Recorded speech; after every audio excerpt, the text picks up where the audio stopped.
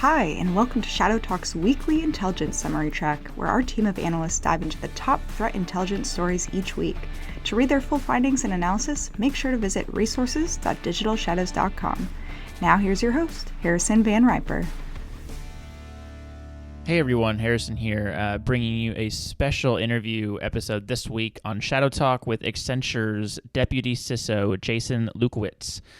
We talk about some of the most important things to keep an eye on right now in threat intelligence and the importance of being cross-functional as a security team across the organization, how to keep your security playbooks up to date, and how Digital Shadows fits into Accenture's day-to-day processes. So hope you enjoy the episode, so let's go ahead and roll it. Joining me now is Jason Lewkowicz from Accenture and also Rick Holland, CISO of Digital Shadows. Gentlemen, how are y'all doing today? Very well. Good. Thanks for having me. Good. Jason, maybe give us a little bit of background on who you are and what you're doing at Accenture. Sure. So my name is Jason Lewkowicz, as you so nicely pointed out. I've been with Accenture for 23 years and in the security space for the past 15. I'm a deputy CISO and I have responsibility for all of our response efforts, which includes threat intelligence, investigations, cyber response, crisis management, data loss prevention, red teaming, threat hunting, et cetera. So anything where we're responding, it falls into my bucket. I've got about 100 people that work for me around the globe, and we are a 24/7/365 shop. And you do a lot. You cover a lot of areas. I do. A lot of hats. Okay, so I guess that kind of leads in nicely. So like as a big company that Accenture is, and all the different types of customers and things that you might respond to, what do you think is the most important things to keep an eye on, kind of as a digital risk protection customer? You know, what are the things from a digital risk standpoint that are most interesting and most important to you? Sure. So I'll kind of answer this in two different ways, but I think the response will somewhat be very similar. So with respect to our customer base, one of the things that I try to do and that I try to keep focused on across the 22 industry verticals that we supply services to, the type of bad guys, threat actors, threat campaigns, et cetera, that would be interested in those specific organizations. Third-party risk is a big problem, I think, for organizations today. And I don't want to be one of those third-party risk problems for our client base. So I'm very proactive in trying to understand which bad guys or which problems may be focused on those entities and using Accenture as a pass-through to them. On the flip side, in terms of how I protect the business Accenture, the core of Accenture, our enterprise, is very similar. So I'm looking at the type of bad guys that would be interested in professional services. The big thing these days is, crypto mining, cryptoware. So we'll see bad guys trying to get into our cloud environments and drop different mining technology or encrypt the entire environment. So, having a really solid business continuity program is paramount in dealing with that threat. And the other is really around business email compromise, where we're seeing, bad guys trying to misdirect payments. And again, it's not so much for us, but it's for our customers and our customers' customers is where we're seeing that problem. So being proactive, talking to these organizations, letting them know what we're seeing to be helpful to them. Yeah, business email compromise is one that continues to kind of come up. I think, we wrote a blog about the FBI IC3 report that came out, a couple months ago, and business email compromise was, leading the pack in terms of fraud that's going on. So I think you're definitely obviously not alone in terms of being affected by that. Yeah, it's one of those things that we keep a close eye on. And for the bad guys, it's a multi-billion-dollar industry that's increasing, 100x per year. So it's as long as the bad guys are making money, they're going to continue to do that thing. Yeah, we see on the Intel team, which rolls up to me, customers that are using RFI time to ask about these business email compromises that they've suffered, trying to get context on what's happened. And then internally for us at Digital Shadows, I have a weekly call with our CFO. Of course, our 150, 160 person company isn't quite the same as your Accenture and certainly your team. But I talk to the CFO weekly, and we do special training for his team who are likely to be targeted by those, and we see them coming in, and we see some sophisticated ones, and we see some pretty low-hanging fruit ones that are pretty obvious. But yeah, it's top of mind for me in Digital Shadows internal security threat model. Yeah, for us, we have, on the client service side as well as internal, we've got a number of processes that are in place to be able to identify when those types of threats come in. And I mean, the most simplistic one is pressure. I mean, anytime, somebody is emailing you saying that they need, instantaneous, funds because they need their money, like those are typically the most, common ways to detect the fraud. Yeah, I think one thing I always recommend to customers is, whoever your bank is, make sure you understand what the process. Actually, the IC3 report also recommends this as well. Make sure that you know the contact at the bank, the appropriate paperwork to flag a business email compromise that has occurred, so that you can start the recovery process. Although I can't remember the statistic, but the what do they call it? The RAT team. So it's the RAT team and the recovery asset team. I think we talked about it on another podcast, and I couldn't remember what it was called. But yeah, so like they have, from the cases that actually come to that team, they have a 75% recovery rate for the funds that have been stolen, which is awesome because it's the first year that this team has been like in place. So I'm actually really excited to see what next year looks like. Hopefully it gets even better. But yeah, I think there are things that are going on kind of behind the scenes, that you can keep on, combating the threat. It comes down to the playbook, both on you mentioned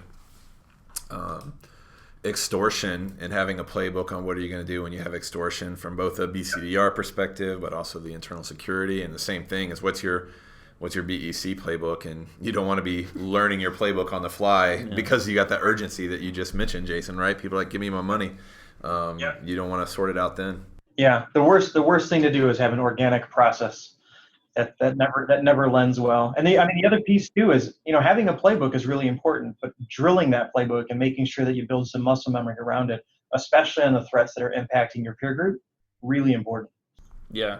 Okay, so I guess this kind of leads in well to the next question. So how important do you think, not even just digital risk, but kind of the security function of a company, how important is that to be cross-functional across different functions within the organization? So working with IT, who might not be security minded, or working with legal, or different business functions. How important do you think that is, and how much do you kind of experience that? Sure. So I've got two answers on this question. So the first one, with our standard employee group, with our normal employee base, we've had a chief information security organization and CISO for the past 7 years, dating back to 2012. And it's paramount that we built cybersecurity and information security kind of into the fabric of Accenture. So we have different training programs based on the role that you have within the company. We have this thing called the ASOC, which is where you are supposed to report any security incidents that come in. So all of those things are well known across the breadth of Accenture, our 470,000 people. And then with respect to cyber response, which is the second answer I have, so we mark the incidents as they come in. So we have alert, event, incident. Incident is where we actually have a true positive and something that's occurred. And then there's a scale of 1 to 5, 5 being, Armageddon, the world is ending, and 1 being, I lost a mouse, or I lost, something relatively simplistic, and it poses no risk. Within that framework, there is a process that engages called our CEMT, our Cyber Emergency Management Team, which I chair. And we have representation from all of our internal corporate functions, which includes our CIO, our infrastructure services, our legal, our marketing team, et cetera. And each of those groups has a playbook that fits into what I call our CEMT Bible. And when something happens, we will go to our respective playbooks and turn on the specific pieces that we need to respond accordingly. So very, very important. How do you keep your playbook up to date? Like you mentioned before, you don't want to develop something organically because a certain incident is occurring. How do you look forward and know what playbooks you should be designing in advance of that actual incident occurring? Sure. So we run approximately 14 incident response drills per year. We do a monthly drill that, again, brings together all the individuals that I spoke of, usually more mid to junior level people, because these are the folks that are doing stuff. We want to make sure that when there is an event, they know exactly what to do and how to respond. But what we do is we will take incidents that we hear about in the news, and we will run them through. So, unfortunately, when Equifax was hit, we went through and did the same type of, modeling. If this happened and we had the Apache struts get exploited and this type of data was taken, how would we react? How would we do containment? How would we do response from a communications perspective in terms of our shareholders, our board, our clients, and our internal employees? So we run response drills like that based on the things that are taking place in the news. A few months ago, there was a story that was published about Russia turning off the internet to see what would happen in the event of a cyber war. They wanted to shut it off for a few days. So we looked at what would happen if we were to shut off internet connectivity in any one of our countries. Where would we have problems? What would our continuity and resiliency plans look like?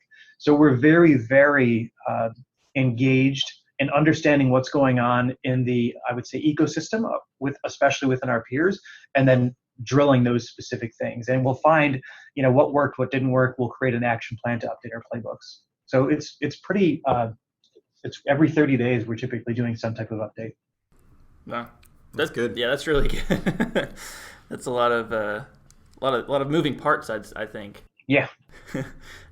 Is there any, advice that you would have for maybe some other teams within your sector that might not be, maybe quite as mature as maybe Accenture is, or, who's just kind of starting out, or maybe midway through kind of the maturity level process? Is there any advice that you might have for some of those organizations? Sure. So, I realize that budgets vary greatly based on organizations and what their revenue and their profit streams look like. I would suggest going out and looking at whether it be the Verizon report, Mandiant FireEye creates a report, Accenture has its own security report that's published. I would look at those different reports and identify where, who your closest peer is, and see if there is information about threats or things that they are facing.